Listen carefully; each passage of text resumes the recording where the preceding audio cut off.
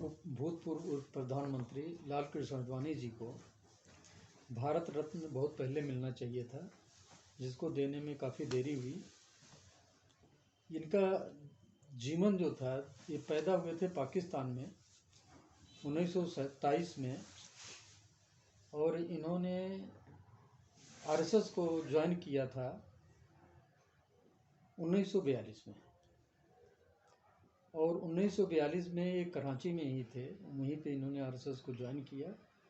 और भारत जब स्वतंत्र हुआ तो बंटवारे में ये वहाँ से आए, दिल्ली में यहाँ रहे। और उस पीरियड में इन्होंने संघ के लिए बहुत काम किया है। ये 47 से 51 तक आरएसएस के लिए इन्होंने अलवर, भरतपुर, कोटा और बूंदी, जालम, ये राजस्थान के इन डिस्ट्रिक्टों में इन्होंने आरएसएस का पूरा प्रचार और सारा उनके क्या हैं विचार, उनको जनता में और काम किए, बहुत जिसे कहते हैं एक तरीके से प्रचार किए। इसके बाद ये कई बार जनसंघ के सेक्रेटरी, जनरल सेक्रेटरी और बनाए गए। और फिर जब पार्टी बदली, जनसंघ हटी, क्योंकि पहले तो कांग्रेस और जनसंघ हुआ करती थी, मेन पार्टी जो इनके विरोध में रहती थी, उसमें सीटें भी कम आती थी। अटल बिहारी वाजपेयी जी भी जनसंघ से थे, ये उनके बड़े निकट सहयोगियों में रहे। और काफ़ी सामंजस्य के साथ दोनों लोगों ने सरकारें भी चलाई, पार्टी भी चलाई। हम कहेंगे कि जब कांग्रेस की विचारधारा का विरोध कर रहे थे जेपी के साथ में, तो इनको अरेस्ट किया गया इमरजेंसी में। इमरजेंसी से जब ये लोग निकले हैं तो जब जनता पार्टी बनी और उसमें इनको आईएनबी मिनिस्टर बनाया गया और थोड़े दिन चली, लेकिन इनका आईएनबी मिनिस्टर के अनुसार पीरियड में इनके कार्यकाल में बड़ा अच्छा काम हुआ था। उसके बाद ये बीजेपी बनी और बीजेपी के लिए ये काम किए, अध्यक्ष रहे।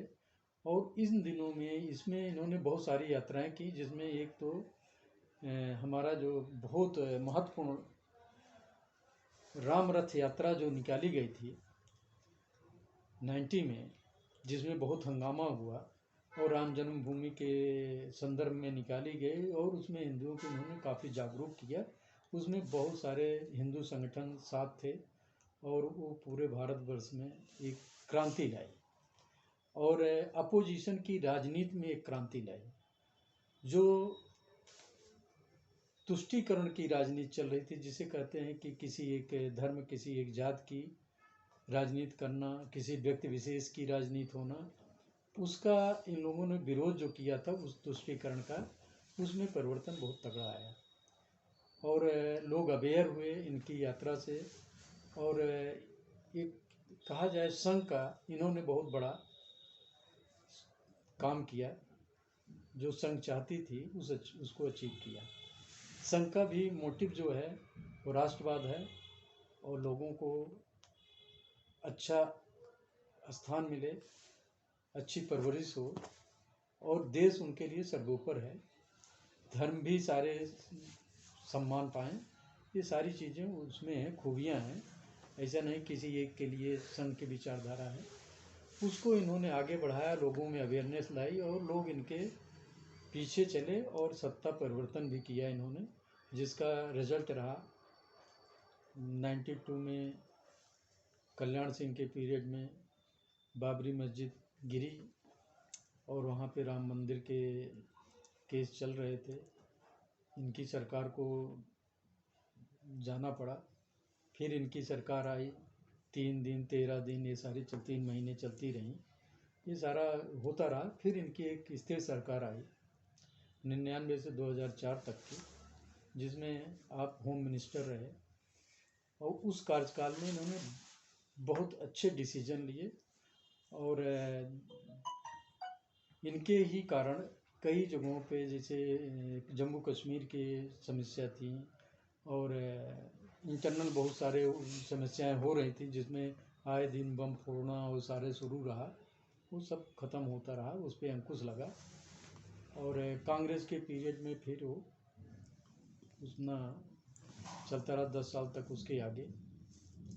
लेकिन आडवाणी जी में एक ही चीज़ अच्छाई थी, वो कभी किसी की बुराई नहीं करते थे। उनके अंदर ये था कि जो हो अच्छा किया जाए, बुराई करने से दूर हटते थे कि तो ऐसे नेता मिलना समाज के लिए बहुत मुश्किल होते हैं, जो अपना हित न देख के, किसी की बुराई पे ज़्यादा ध्यान न दे के, अच्छे काम क्या कैसे किए जाएं, उसके सोर्स कैसे हों, उसको खोज कर ये काम कराते थे। और उसका फल रहा कि इन्होंने बहुत सारे पदों पर, बहुत सारी कमेटियों पे, देश के डिसीजन में बहुत बड़ा सहयोग दिया। और आज ये इनको आडवाणी जी को जो भारत रत्न दिया जा रहा है, इसे तो कांग्रेस को ही दे देना चाहिए था। कांग्रेस ने नहीं सोचा इस चीज़ को, तो बीजेपी के पीरियड में असेसमेंट में अगर ये आया तो इसको दिया जा रहा, तो हमें बहुत खुशी है, देश को बहुत खुशी है। देश की जनता चाहती भी है एक देश के अच्छे नायक को एक भारत रत्न सम्मानित किया जाए।